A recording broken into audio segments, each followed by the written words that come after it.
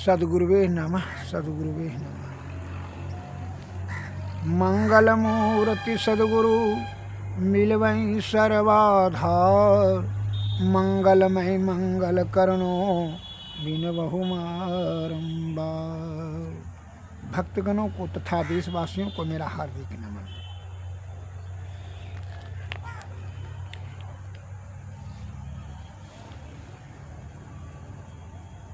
मुंडकोपनिषद में यह पद्य आया है, सत्संग योग में जो वर्णित किया गया है, श्रवण करें। बृहद चौदिव्य औचिन्त्यम रूपम सूक्ष्मात् च तत सूक्ष्म तरम विभाति दुरात सुदूरे तद ईहान्ति के च पश्यति स्वदे देहेव विहितम गुहायाम। अर्थात यह आत्मा अत्यंत विशाल, दिव्य और अचिंत्य रूप है। फिर यह सूक्ष्म से भी सूक्ष्म रूप में प्रतीत होता है। यह दूर से अधिक दूर और निकट से भी निकट है। जो इसे देखना चाहते हैं वे इसे हृदय गुहा में ही देख पाते हैं।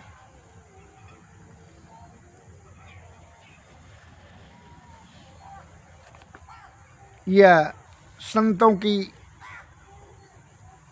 शब्द की सार्थकता को समझने के लिए, जीवात्मा को समझने के लिए सद्गुरु के कृपा से ही ये भी समझ सकते हैं।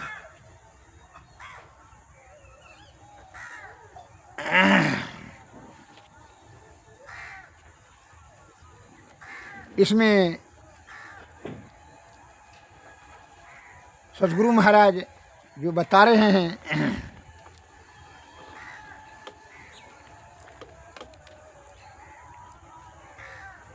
शब्द की गंभीरता को समझने के लिए प्रगाढ़ अध्ययन अर्थात आध्यात्मिक ज्ञान की परम आवश्यकता है और आध्यात्मिक ज्ञान की प्राप्ति हेतु सद्गुरु के शरण में जाना चाहिए।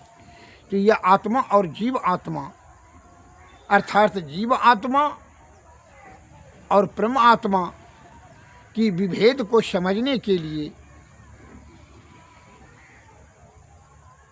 आत्मज्ञान होना अति अनिवार्य है। और आप विषय रूपी दलदल में फंस करके माया के नगरी में इस सभी शब्दों को समझने के लिए ज्ञान रूपी रत्नों का प्राप्ति करने हेतु समय नहीं देना चाहते हैं, क्योंकि विषय में आसक्ति होने के कारण से अपना सभी समय, शक्ति और आयु सब व्यर्थ में गंवा देते हैं।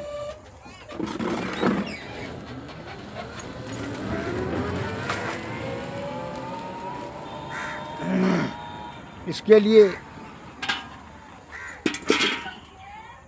आपको जब तक कि आप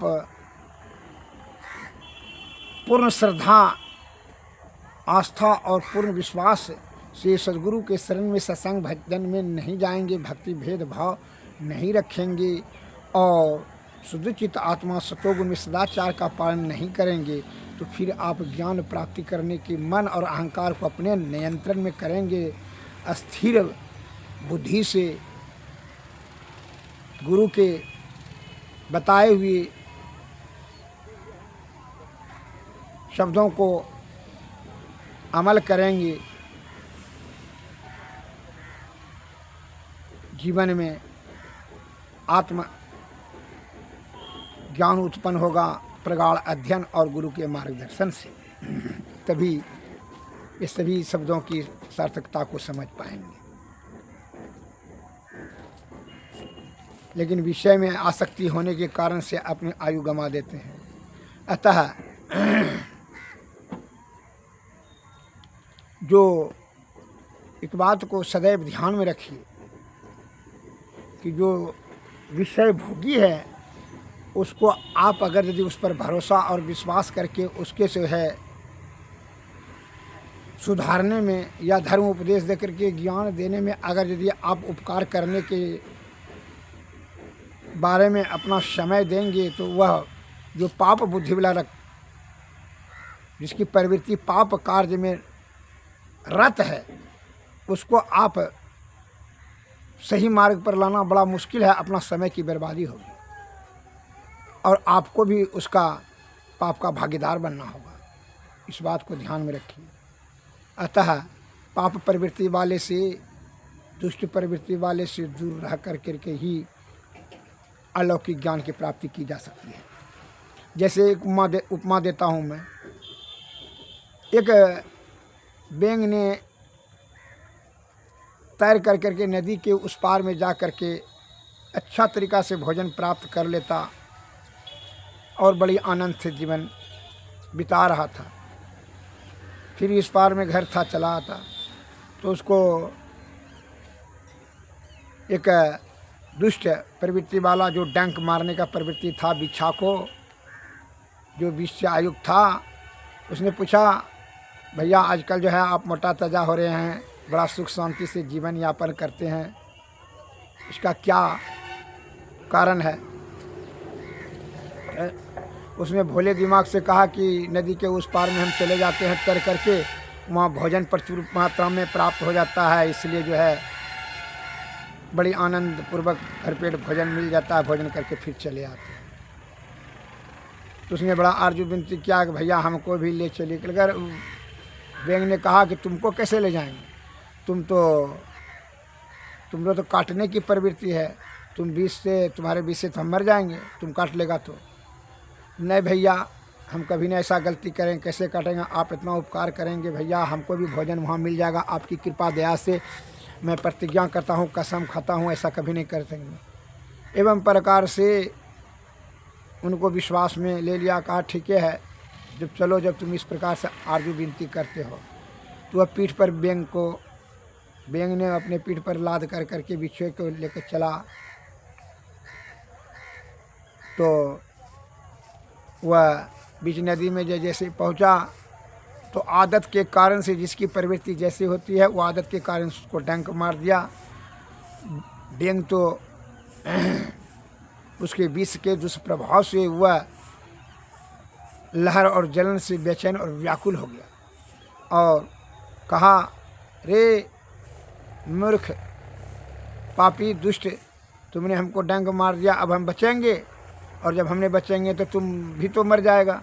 कहा भैया क्या करें, हम आदत से लाचार हैं, हम तो आपको काटना नहीं चाहते थे, लेकिन आदत के कारण से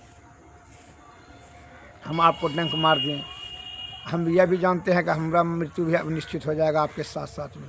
इस प्रकार कहते कहते बेंग भी मर गया, बिच्छा भी डूब कर गया। एवं प्रकार से कहने का तात्पर्य है कि जो सतोगुण में रास्ते से चलते हैं वो तो सुखी रहता ही है, लेकिन दुर्गुण वाला जो दुष्ट और ईर्षालु के फेर में पड़ जाता है, मैंने खामखा उसका ईर्षा और जलन रूपी आग में फंस कर करके के अपने जीवन को भी नरक में दे देता है, अपना बल बुद्धि और आयुष सब उसमें लगा देता है। अब बलनों का मतलब आपको केस मुकदमा कर दिया, बलनों का झगड़ा में फंसा दिया, ओझरा गया, आप भी विषय में आकर आवेश में आकर करके उलझ गए।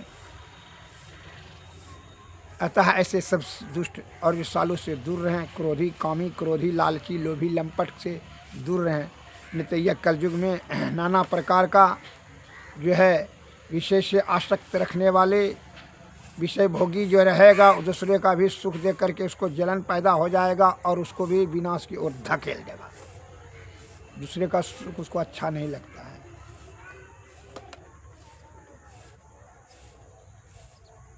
इस बात को ध्यान दीजिएगा। मैं दूसरा उदाहरण देता हूँ। एक जो है बंदर बरसात में भींज रहा था, थर-थर काँप रहा था, लगातार 6-7 दिन से बारिश हो रही थी। तो घोंसला में बैठे हुए पक्षियों ने कहा, हे भैया बंदर भैया, तुम भी अपना घर पहले काहे न बना लेते हो, वर्षा होने से पहले तुम भी सुखी से हम लोगों की तरह भी आनंदपूर्वक जीवन व्यतीत कर लेता, वर्षा से बच जाता। किस प्रकार जो है ठंडी से तुम थर-थर काँप रहे हो, कितना कष्ट होता है। वह उदार चरित्र से दया की भाव रख करते हुए उसको उपदेश दिया, धर्म का उपदेश। तो उसने मन में उल्टा अर्थ लगा करके कहा कि ओ तुम हमरे दुख से देख करके को तुमको जो है ना खुशी तो जाहिर कर रहा है, हमको धर्म का उपदेश देता है। हम घोंसला में बैठे बैठी सरो तुमरा हम घोंसले उजाड़ देते हैं, हमको देख करके तू हंसता, हमरा उपेक्षा करता है। घोंसला में बैठ कर करके वो गया जो है डाली पर चढ़ कर करके घोंसला ही उजाड़ दिया। चिड़िया ने उड़ते हुए कहा कि मूर्ख हृदय न चेत जाऊँ गुरु मिले बिरंची समो। जिसकी बुद्धि दुष्ट प्रवृत्ति है, ईर्षालु है, लम्फट है, उसको सद्बुद्धि अच्छा नहीं लगता है। अतः उसको सद्बुद्धि देना मतलब अपना नाश को निमंत्रण करने के बराबर है। या और बैल हमरा मार। अतः ये सब चीज़ बात को ध्यान में रखते हुए सदैव खाली कमाना खाना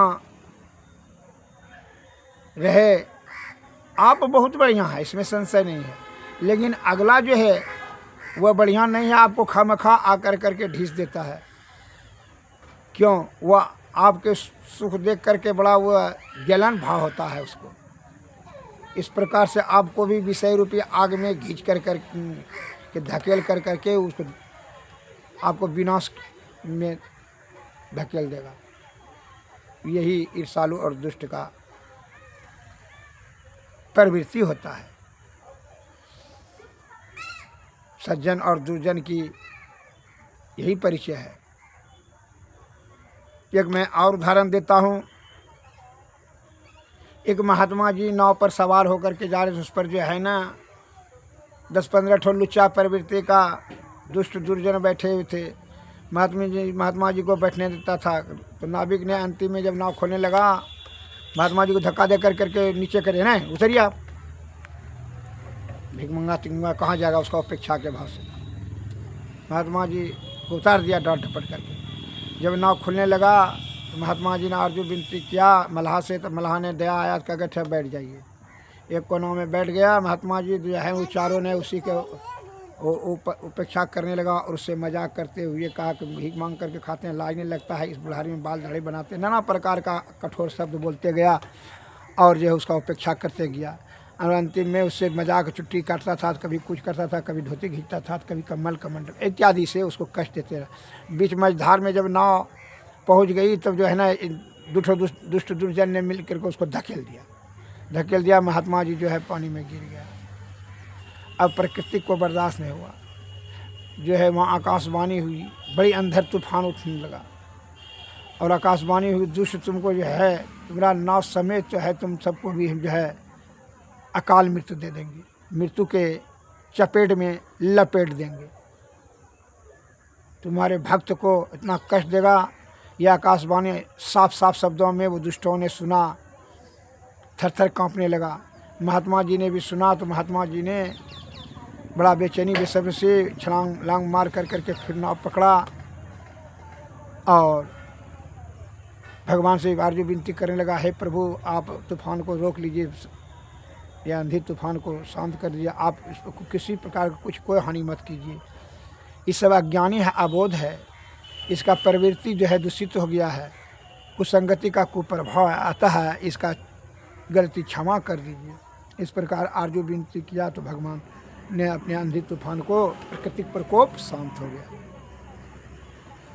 अति अकरखन करे जो कोई अनल प्रगट चंदन से होई। बात को ध्यान रखिए, अधिक अकरखन कीजिएगा। चंदन बहुत ठंडा है, लेकिन अधिक घर्षण होने से उसमें आग पैदा हो जाएगा। इसलिए साधु संत को कभी अभद्र शब्द या किसी प्रकार उसके साथ दुर्व्यवहार करना बिल्कुल अनुचित है। उनका बद्दुआ कभी भी फल नहीं होगा। इससे सतर्क और सावधान रहें। श्री सद्गुरु महाराज की जय। और पाप बला बुद्धि से सदैव दूर रहें, क्योंकि अपना जीवन नरक हो जाएगा।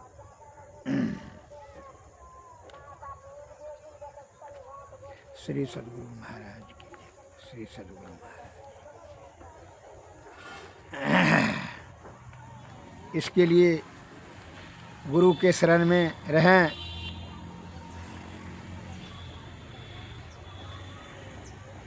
गुरु से ही सही सद्मार्ग शिक्षा दीक्षा मिलेगा।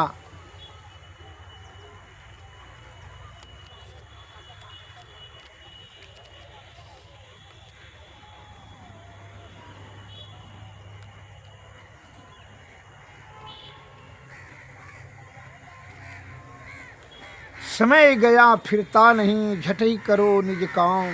जो बीता सो बीतिया, अब हो गहो गुरु नाम। संत मता बिनु गति नहीं, सुनो सकल दे कान। जो चाहो धार को बनो संत संतान। मैं ही भेद या संत मता कर गाय। सबको दियो सुनाए के अब तो रहे चुपाए। क्या सोबत गफलत के मारे, जाग जाग मन जाग रे। अंत काल संगी न होगा, संग न चल कऊ तेरे रे। यह धन धाम कुटुंब कबीला, सब स्वार्थ के चेरे रे। अपने अपने सुख के खातिर, हेरे न कोई दुख तेरे रे। क्या सोवते गफलत के मारे, जाग जाग मन मेरे रे। तन मन सुख है ना सुख तेरो, आत्म सुख निज तेरे रे। तू तन मन सुख निज के जानियो, भयो काल के चेरे। दृढ़ प्रतीत प्रीत कर गुरु से, कर सतसंग सवेरे रे। या विधि भव फंदा कट जई हैं, कहत मही हित तेरे रे। क्या सोवते गफलत के मारे, जाग जाग मन मोरे रे। अंत काल संगी न होगा, संग ना चल कऊ तेरे रे। यह धन धाम कुटुंब कबीला, सब स्वार्थ के चेरे रे। अपने अपने सुख के खातिर, हेर न कोई दुख तेरे रे। क्या सोवते गफलत के मारे, जाग जाग मन मोरे रे। श्री सद्गुरु महाराज की जय। आरती तन मंदिर में कीजिए, दृष्टि जुगल कर सन मुख दीजिए। चमकै बिंदु सूक्ष्म यति उज्ज्वल, ब्रह्म ज्योति अनुपम लख लीजिए। जगमग जगमग रूप वरमंडा, निरखी निरखी ज्योति तज दीजिए। शब्द सूरत या व्यास सरल तर, कर करी सार सवद गही लीजिए। ऐसी जुगति काया गढ़ त्यागी, भव भ्रम भेद सकल मल छीजिए। वखंडन यारति यह निर्मल, करि में ही अमृत रस पीजिए। आरती तन मंदिर में कीजिए, दृष्टि जुगल कर सन मुख दीजिए। श्री सद्गुरु महाराज की जय। श्री सद्गुरु महाराज की जय। सद्गुरुवे नमः।